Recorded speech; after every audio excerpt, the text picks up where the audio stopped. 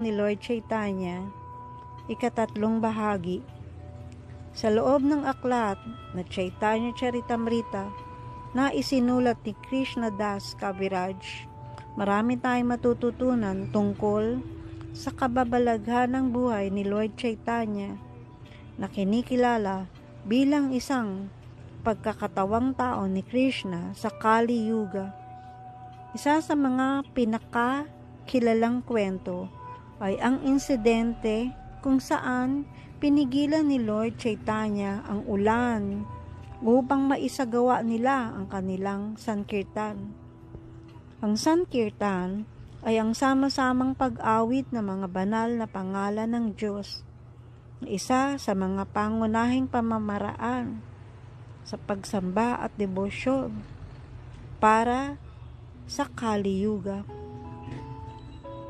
Isang araw, si Lord Chaitanya at ang kanyang mga disipulo na kilala bilang mga bhakta ay nagtitipon para sa isang dakilang sankirtan.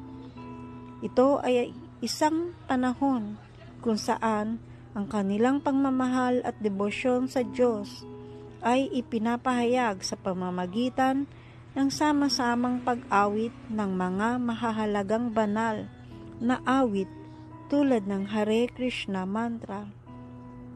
Nasa kalagitnaan sila ng pagsasagawa ng Sankirtan nang biglang napansin nilang bumibigat ang ulap sa langit. Nagbabanta na bumuhos ng malakas na ulan. Ang panganib na ito ng ulan ay maaring makasira sa kanilang banal na aktibidad. Ngunit sa pagkakataong ito, ipinamalas ni Lord Chaitanya ang kanyang pambihirang kapangyarihan at biyaya. Sa kanilang pagkakabilog at pag-awit ng mga banal na pangalan, itinaas ni Lord Chaitanya ang kanyang kamay. Inutusan niya ang mga ulap na huwag bumuhos ng ulan. Ang kanyang salita ay hindi lamang isang hiling, kundi isang direktang utos. At ang mga elemento ng kalikasan sa pagkilala sa kanyang banal na awtoridad ay tumalima sa kanya. Ang mga ulap na dating nagpapakita ng galit na anyo ay biglang huminto. Ang langit ay lumiwanag at ang nagbabadyang ulan ay tila umurong. Sa harap ng ganitong kababalaghan, ang mga bhakta ay nagpatuloy sa kanilang sangkirtan nang walang abala. Ang kanilang kagalakan ay nag-uumapaw dahil na rin sa patuloy na gabay at proteksyon ni Lord Chaitanya. Para sa mga disipulo at mga mananampalataya, ang insidenteng ito ay hindi lamang isang simpleng pagpapakita ng kapangyarihan, kundi isang mensahe ng kahalagahan ng Sankirtan at ang biyaya na makukuha mula sa taimtim na debosyon. Itinuro rin nito na ang natural na elemento, gaano man kalakas, ay walang kapangyarihan sa harap ng dalisay na debosyon at pag-ibig sa Diyos. Sa isang okasyon, si Srivas ay nagbabasa ng kasulatan at sa kanyang pagbabasa, nabanggit niya ang pangalan ni Panginoong Narasimha. Si Narasimha ay isang anyo ni Vishnu na kilala sa kanyang pagiging mapagtanggol at mapangahas, lalo na sa pagtugi sa masasama at sa pagtatanggol sa kanyang mga deboto.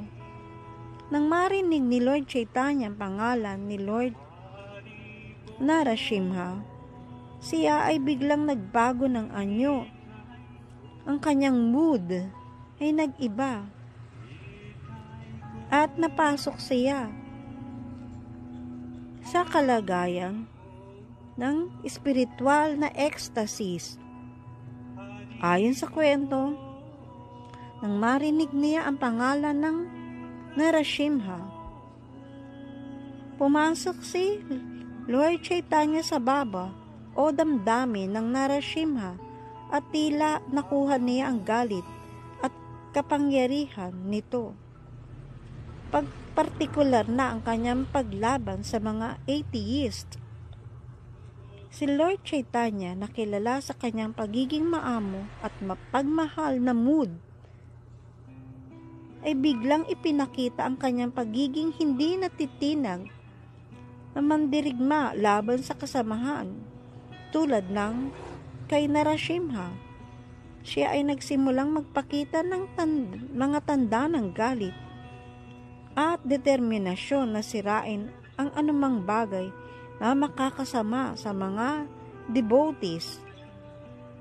Nang magbago ang mood ni Lord Chaitanya, matapos niya marinig ang pangalan ni Lord Narasimha, ang mga taong naroroon, partikular na ang mga deboto tulad nila Srivas Thakur, ay agad na nakaramdam ng takot at paggalam.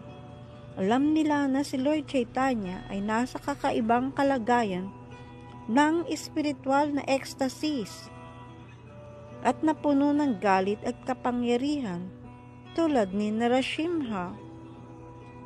Dahil dito, ang mga deboto sa paligid kasama na si Srivas ay nagsimulang mag-alay ng mga dasal at papuri kay Lord Narasimha at umaasang pakalmahin ang galit at puot ng Panginoon sa pamamagitan ng kanilang taus-pusong debosyon. Ang ilan ay lumuhod sa harapan ni Lord Chaitanya, nagpapakita ng paggalang at pagbibigay ng buong tiwala sa kanyang biyaya. Ang kanilang reaksyon ay isang pagpapakita ng pagkilala sa Panginoon ay maaaring maging tagapagtanggol at tagapuksa ng kasamaan.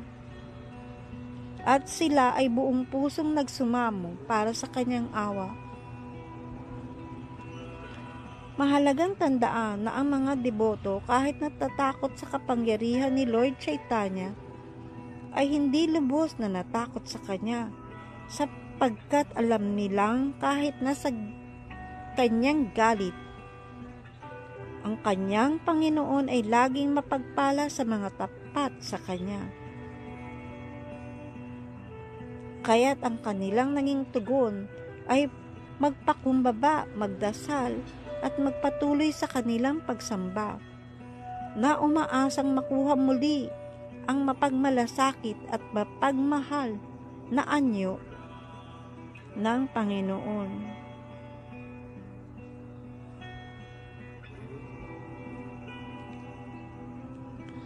Haribol, sundan pa natin ang mga susunod pang mga pangyayari sa buhay ni Lord Chaitanya.